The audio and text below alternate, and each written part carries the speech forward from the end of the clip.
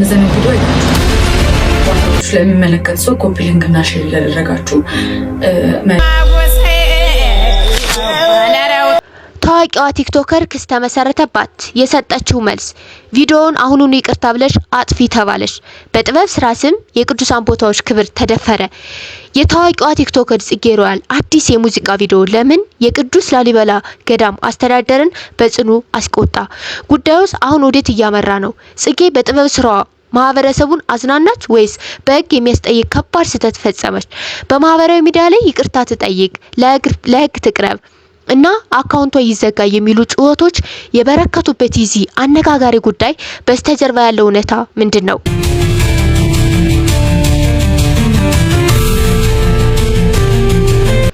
ሰላም ጤና ይስጥልን ውድና የተከበራችሁ የቻናላችን ቤተሰቦች፣ ዛሬ በመላው ማህበራዊ ሚዲያ ላይ መነጋገሪያ ስለሆነው እና የቅዱስ ላሊበላ ገዳም ዓለም አቀፍ ቅርስ አስተዳደር ጠንካራ መግለጫ ስለወጣበት ጉዳዩ በዝርዝር እንመለከታለን።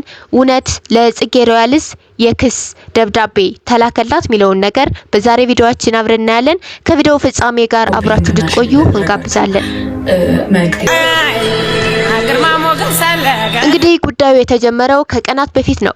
ታዋቂዋ የቲክቶክ ይዘት ፈጣሪ ጽጌ ሮያል የሰይፍል ላሊበላ የተሰኘውን የሙዚቃ ዜማ በመጠቀም አንድ የቪዲዮ ስራ ሰርታ ነበር።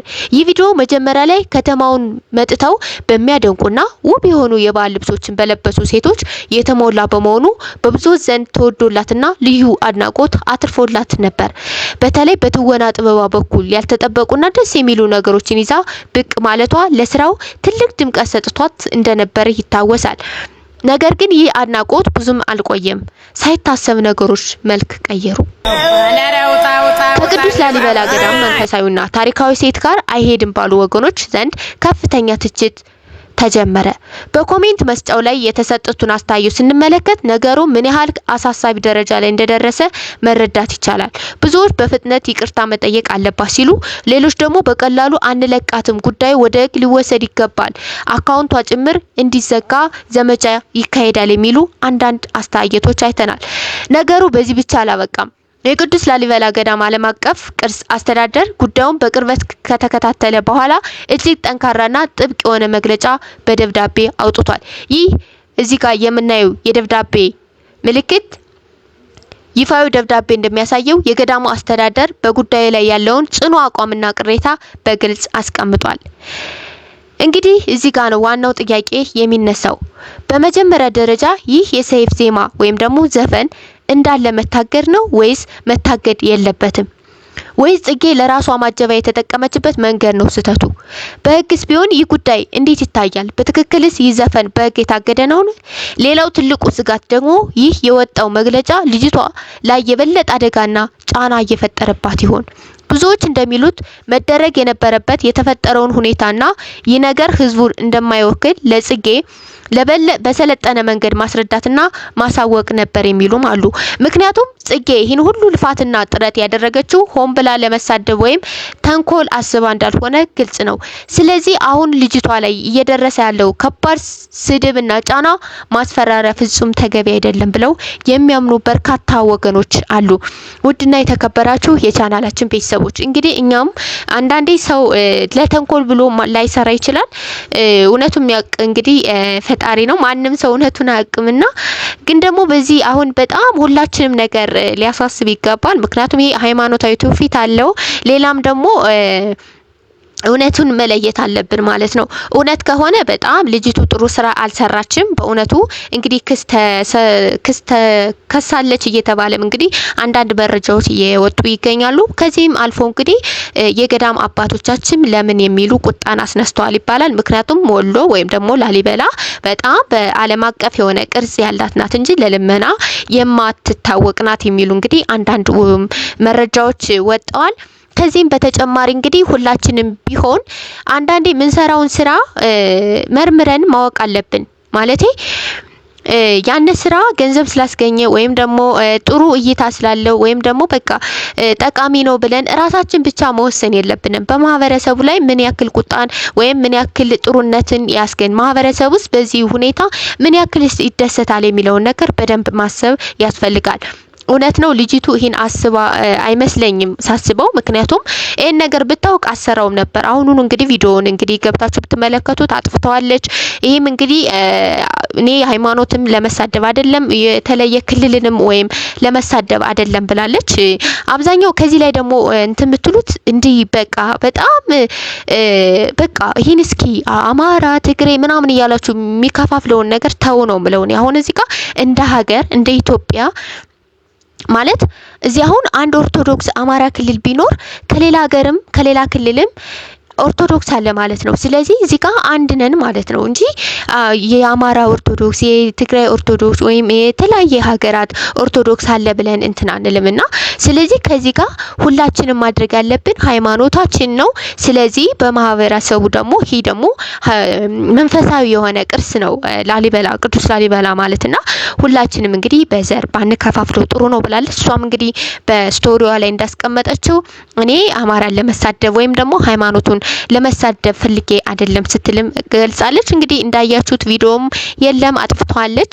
እንግዲህ በክስ ስለቀረበባት ነው የሚሉም አንዳንድ መረጃዎች እየወጡ ይገኛሉ። እንግዲህ ክስ ቀረበባትም አልቀረበባትም እኛ ራሳችን አይተነው ገብግመነው አጥፍተዋለች። እንግዲህ ከዚህም በኋላና ብዙ ማስፈራሪያ ዛቻ ባንጠቀም ጥሩ ነው እላለሁ። ምክንያቱም አጥፍተዋለች ምክንያቷንም ነግራለች። ስለዚህ እሷ ስራ ነው። አንዳንድ ሰው ስራ በቃ የተለያዩ ስራ አለን እኛም እንግዲህ ስለዚህ ስራ ብላ ነው ሚዲያን እንደ ስራ የሚጠቀሙበትም አሉ። ስለዚህ ስራ ብለን ነው ሚዲያን የምንጠቀመው። ስለዚህ እሷም በስራዋ እየሰራች ስለሆነ አንዳንዴ ስራን ስንሰራ ደግሞ ጥሩም ጎን አለው መጥፎም ጎን አለው። ስለዚህ ያንን መጥፎ ጎን ደግሞ እሷ አላወቀችውም። ስለዚህ አሁን ደግሞ ይቅርታ ብላለችና እንግዲህ እንደ ሁማኒቲ ስናስበው አንድ ሰው ይቅርታ ካለ ወይም ደግሞ ትክክል ያልሆነ ነገር ከሰርቶ ተቆጭቶ እንደዚህ አይደለም ብሎ መልስ ከሰጠ በቃ ማለፍ ነው። ድጋሜ ሌላ ነገር እንዳይሰራ አሁን እቺ ልጅ አሰራም በቃ በዚህ ኮንተንት ወይም ደግሞ እንደዚህ አይነት ነገሮች ልሰራ አትችልም። ምክንያቱም ማህበረሰቡ አልተቀበለውም። ሁለተኛ ማህበረሰቡን በሙሉ አስቆጥቷል። ሌላም አቅርቦ መንፈሳዊ ነገሮችን ሁሉ እንዲቆጣ አድርጓል። ስለዚህ ምን ልላችሁ ነው አንድ ሰው ይቅርታ ብሎ ከሰጠ ሌላውን ነገር መተው አለብን ማለት ነው። ግዴታ የተለያየ ማስፈራሪያ ዛቻ መጠቀም አሉባልታ ነው የሚሆነው። ምክንያቱም እቺ ልጅ ምንም አትሆንም። ሰው እንዲያደርግሻለሁ እንደዚህ ነው ቪዲዮ ፖስት ይደረጋል ሪፖርት ይደረጋል ይዘጋል ክስትቀር ቢባልም ራሱ እውነቱን ታወጣለችና እዚህ ማስፈራሪያ ነገር እንግዲህ እንትን ብሏል። በጣም በብዙ ዘንድ በተለያዩ መረጃ በቲክቶክ በዩቲዩብ በኢንስታግራም ወይም ደግሞ በፌስቡክ ራሱ እንዳለ መነጋገሪያ ይሆናለችና እንግዲህ ምን ልላችሁ ፈልጌ ነው ከዚህ ይሄንም የሰራውት ምክንያት ምንድነው? አብዛኛው ሰው ለመጥፎ ነገር ነው በጣም እየሩት ግን ብናስተምራት ይሄ ነገር ትክክል አይደለም ማህበረሰቡን እየተጠቀመ አይደለም ላንቺ ትክክል መስሎሽ ይችላል ብለን ልናስቆማት ወይም ደግሞ ልንመክራት ይገባል እንጂ በጣም ወደ ህግ መሄዱ መሮጡ ያን ያክል እኔ አግባባለሁ ብዬ አልገምትም። ይሄንን ነገር እንግዲህ ሁላችሁም ቢሆን ማሰብ ያስፈልጋል። በርግጥ ያበሳጫል በጣም እኔ ከምንም በላይ እኔ አማራም ሆነ ትግሬም ሆነ ምንም ሆነ ብዬ ሳይሆን ዋናው ሃይማኖት ነው ማለት ሃይማኖት እንግዲህ እንደሚባለው ሃይማኖት የግል ነው ይባላልና ማንም መንፈሳዊ ትውፊት ያለውን ሰው በአለም አቀፍ የሆነው ሰው መጥቶ የሚጎበኘው የላሊበላ ሰዎች ይሄን ነገር አያይዘው ከዚህ ጋር ማድረጋቸው በጣም የሚገርም ነው።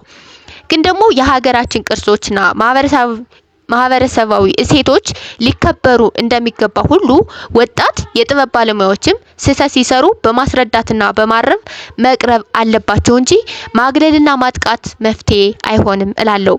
እንግዲህ እናንተስ የዚህ ጉዳይ መውጫ መንገድ ምን መሆን አለበት ትላላችሁ? የገዳሙ መግለጫና ክስ ተገቢ ነው ወይስ ነገሩ በውይይትና በእርቅ ማለቅ ነበረበት? ጽጌ ሮያልስ ምን ማድረግ ይኖርባታል? ያላችሁን አስተያየት አሁኑኑ በኮሜንት ላይ አስፍሩልኝ። በሌላ አዳዲስ ቪዲዮ እስከምንገናኝ ድረስ ሰላም ሁኑ። ሁሌም እንደምለው ሀገራችን መላው ሀገራችን ኢትዮጵያን ሰላምና ፍቅር ይብዛላት።